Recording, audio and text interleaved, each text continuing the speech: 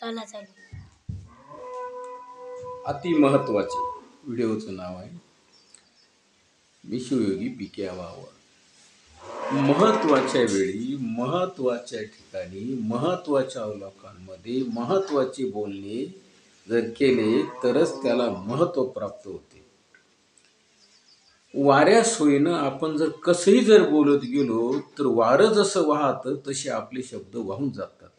त्यामुळे कोणत्या ठिकाणी, कोणत्या वेळी, कोणाजवळ, कसे, कोणत्या विषयावर, कधी आणि किती वेळ कसे बोलावे याला महत्त्व असतं. म्हणून मी म्हटलं महत्त्वाच्या ठिकाणी, महत्त्वाच्या वेळी, महत्त्वाच्या लोकांमध्ये महत्त्वाचे बोलले तरच त्याला महत्त्व प्राप्त होतं.